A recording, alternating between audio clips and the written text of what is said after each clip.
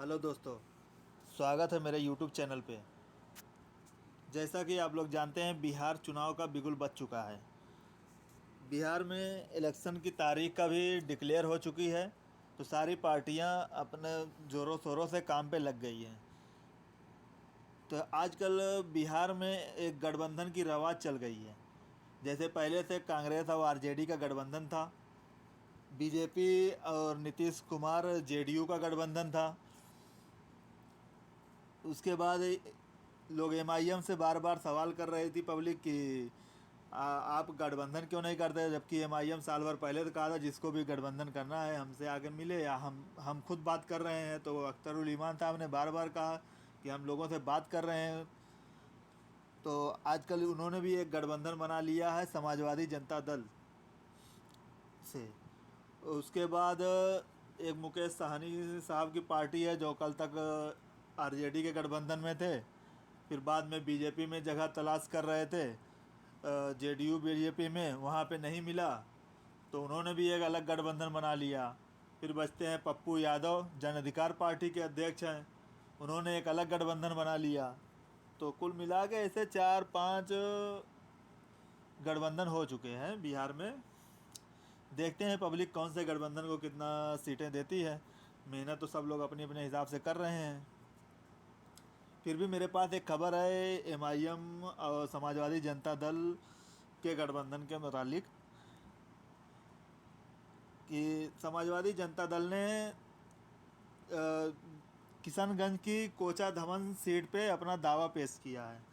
समाजवादी जनता दल के जिला अध्यक्ष हबीब रहमान साहब ने कोचा धमन सीट को पे खुद कैंडिडेट बनना चाहते हैं।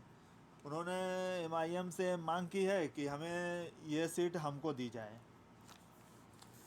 वहीं देवेंद्र प्रसाद यादव जो समाजवादी जनता दल के राष्ट्रीय अध्यक्ष हैं, उन्होंने कहा है कि दावा करना कोई बुरी बात नहीं है, हम लोग बात करेंगे मिलके।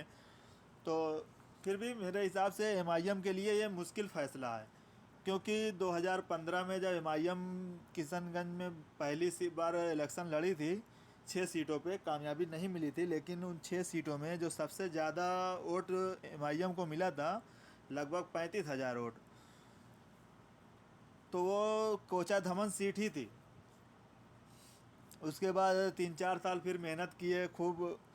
बाद में 2019 का इलेक्शन आया तो वह वो सीट से लगभग 50-60 हज़ार वोट एमआईएम के खाते में आई थी, और वही जगह थी जहां से एमआईएम बढ़त पे थी। अब वही सीट उनके अलायंस पार्टनर मांग रहे हैं, तो जाहिर सी बात है एमआईएम के लिए ये फैसला करना बहुत मुश्किल है, क्योंकि इतने दिनों से मेहनत बहुत ज़्यादा कर रहे हैं। देखते हैं आगे ये लोग मिल बांट के क्या फ़ैसला करते हैं।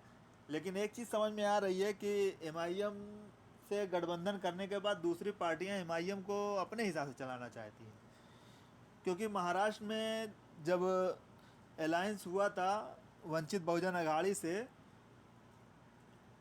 तो वंचित बहुजन अघाड़ी की भी यही डिमांड थी कि जो औरंगाबाद की सीट जो इम्तियाज़ जलील खाली किए थे, वो सीट उनको चाहिए थी। तो ये तो हो नहीं सकता भाई, ये अपनी सीटिंग एमएलए सीट दूसरे को कोई देगा, या जिस सीट पे बहुत मजबूत है वो सीट देना समझ से परे है। फिर भी देखते हैं ये लोग क्या फ़ैसला करते हैं आपस में। इससे एक चीज़ समझ में आती है कि आप जिस अलायंस को सपोर्ट कर रहे हैं उसको ज़्यादा से ज़्यादा सीट पे कामयाब करें, अच्छा कैंडिडेट देखें, मुख्यमंत्री मत देखें, क्योंकि मुख्यमंत्री कोई भी अलायंस बनाने के काबिल नहीं है आज के वक्त में। बिहार में कोई भी अलायंस अकेले मुख्यमंत्री नहीं बना पाएगा। इसलिए तुम्हारे जिस पार्टी को आप सपोर्ट करते हैं उसकी ज़्यादा से ज़्यादा सीटें निकालेंगे तो जाहिर सी बात है कि आपकी मांगों के लेके ही बाद में अलायंस की सरकार बनेगी।